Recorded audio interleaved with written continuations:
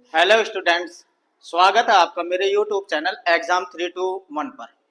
आज इस वीडियो के माध्यम से मैं आपको 2025 का जो केमिस्ट्री का पेपर हुआ था उसे समझाने जा रहा हूं। और इस पेपर के माध्यम से ही आप आने वाला जो 2026 में केमिस्ट्री का पेपर है उसकी रणनीति पर बात करेंगे। तो आइए देख लेते हैं 2025 में किस तरीके के क्वेश्चन पूछे गए थे और पेपर का फॉर्मेट क्या होता है। सबसे पहले जब आप 2026 में केमिस्ट्री का पेपर देने जा रहे हैं तो आपको ये भी पता होना चाहिए किस तरीके से क्वेश्चन आते हैं और कितने मार्क्स का कौन सा क्वेश्चन होता है। आपको पेपर का फॉर्मेट बिल्कुल आपको पता होना चाहिए, उसी के आधार पर आपको केमिस्ट्री की तैयारी करनी है। तो आइए देखते हैं केमिस्ट्री का 2025 का पेपर। सबसे पहले देखिए, जो केमिस्ट्री का 2025 का पेपर है, आपको ये कुल पूर्णांक है 70 नंबर का, यानी कि 70 मार्क्स का टोटल पेपर आना है। 30 नंबर का प्रैक्टिकल होता है। अब आप ये समझिए, पहले निर्देश देखिए क्या दिए रहते हैं। सभी प्रश्न अनिवार्य है, प्रत्येक प्रश्न के निर्धारित अंक उसके समक्ष दिए गए हैं। गणनात्मक प्रश्नों में गणना के समस्त पद दीजिए, यानी कि जो आंकिक प्रश्न होते हैं वो स्टेप बाय स्टेप आप उसको करेंगे। और प्रश्नों के प्रासंगिक उत्तर लिखिए, यानी कि सटीक आंसर लिखना है जो प्रश्न में पूछा गया है। और नेक्स्ट, जहां आवश्यक हो वहां रासायनिक समीकरण दीजिए। तो ये हुआ पेपर के थोड़े से निर्देश। आइए अब क्वेश्चनों पे चलते हैं कि किस तरीके के क्वेश्चन पूछे जाते हैं। देखिए, सबसे पहले जो आपका पेपर आता है, इसमें इस प्रश्न के प्रत्येक खंड में 4 विकल्प दिए गए हैं। सही विकल्प को चुनकर अपनी उत्तर पुस्तिका में कीजिए। यानी कि जो पहला क्वेश्चन होता है वो बहुविकल्प के रूप में पूछा जाता है।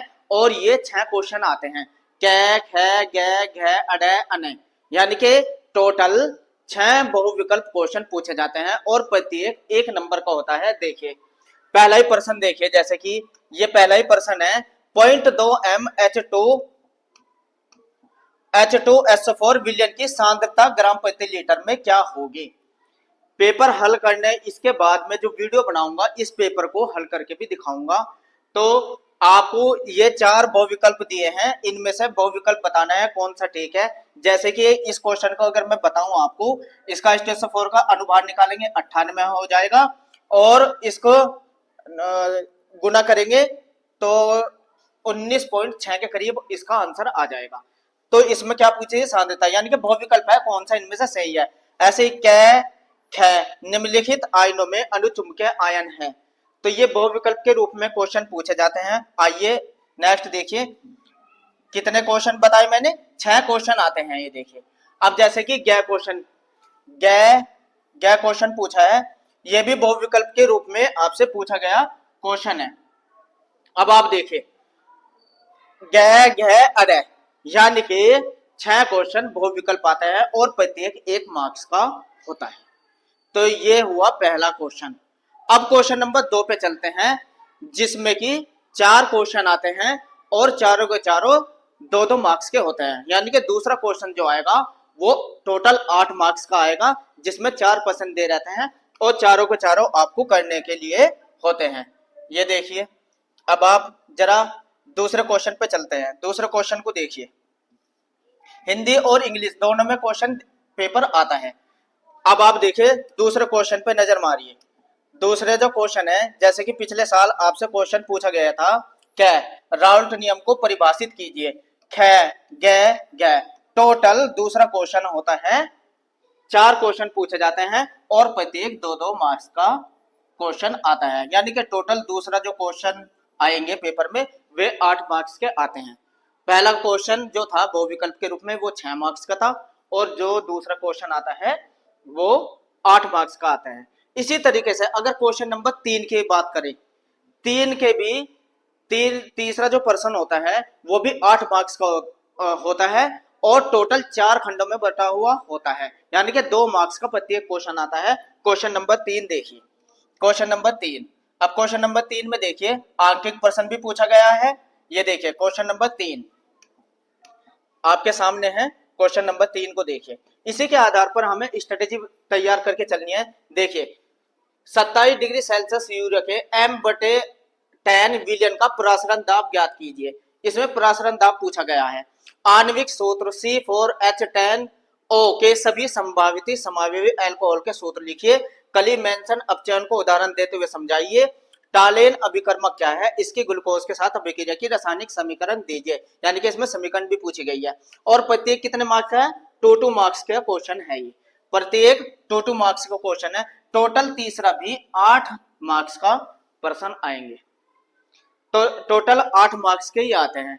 अब क्वेश्चन नंबर 3 की बात करेंगे। वो तीसरा तो हो गया। Question number 4।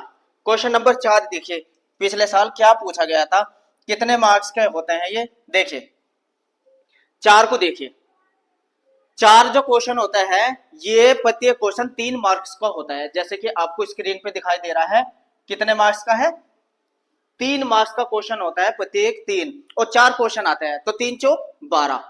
तो चौथा जो क्वेश्चन होता है वो 12 मार्क्स का होता है। जैसे पहला क्वेश्चन देखिए, यूरिया का 1 विलियन भार अनुसार 6% है, विलियन में यूरिया तथा जल के मोल प्रभाव ज्ञात कीजिए। देखिए आंकिक प्रश्न का भी बहुत महत्व होता है, और आंकिक प्रश्न भी देखिए 3 नंबर का यहाँ पूछ लिया, 1 नंबर का बहुविकल्प में आ गया था, 3 और 1 4, और 2 नंबर के आपसे पूछ लिया था अभी इससे पहले वाले क्वेश्चन में।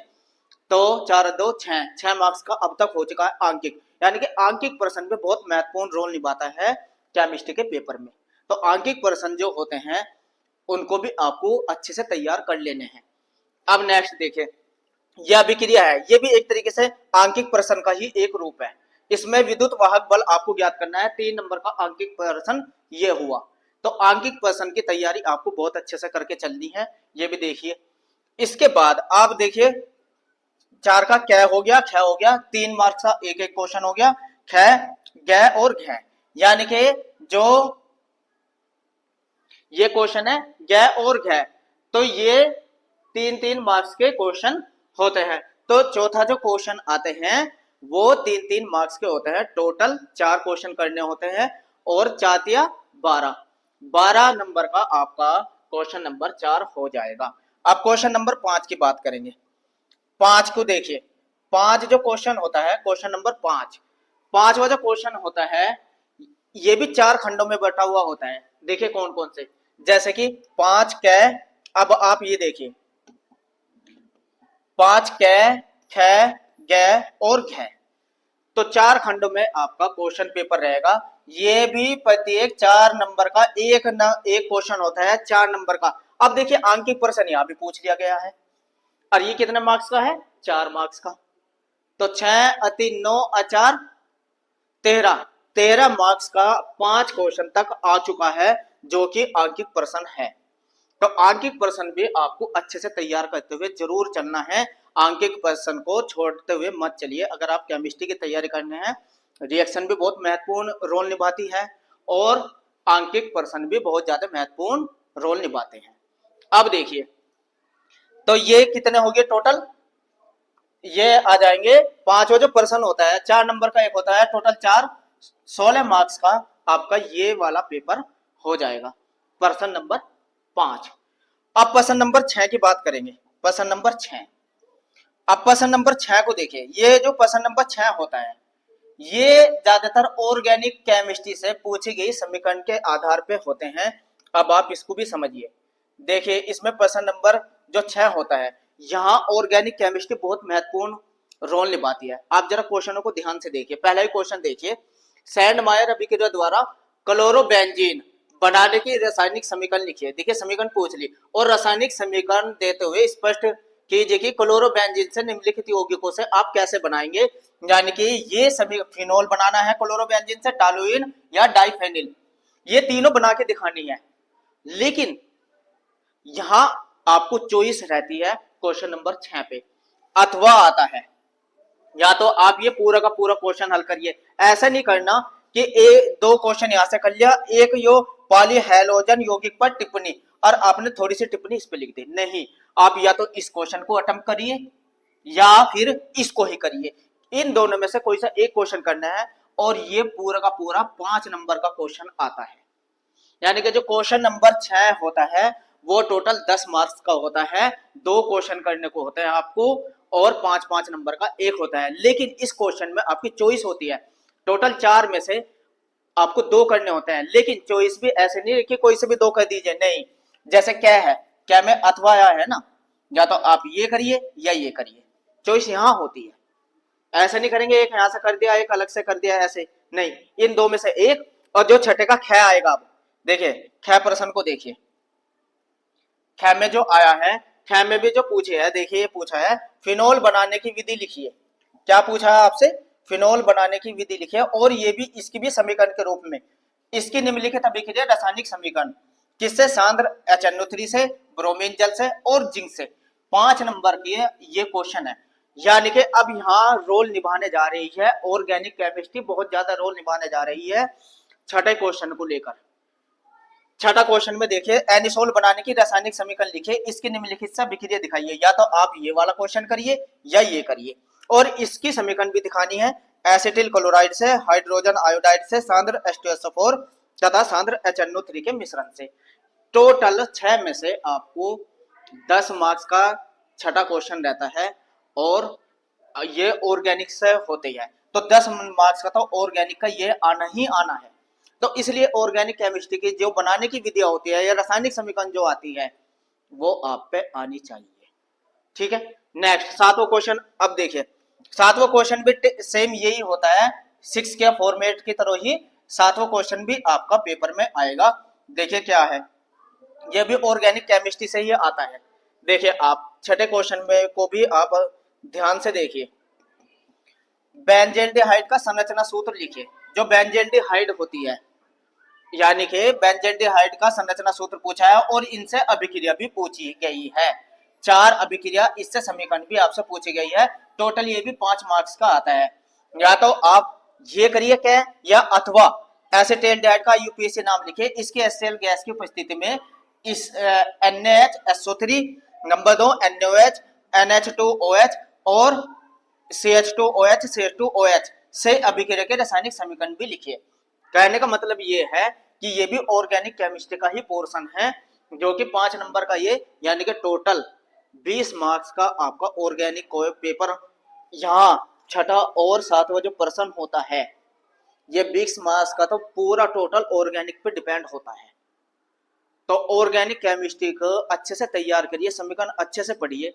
और अब आप देखिए इसी तरीके से ख क्वेश्चन को देखिए 7वें के, ये भी ऑर्गेनिक केमिस्ट्री पे ही बेस है।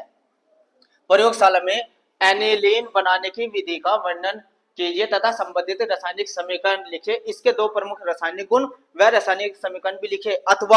अथवा या यहाँ टिप्पणी के रूप में आपसे अभिक्रिया पूछी जाती है, कार्बिलअमीन अभिक्रिया, अमीन ब्रोमाइड अभिक्रिया, एसिटिलन।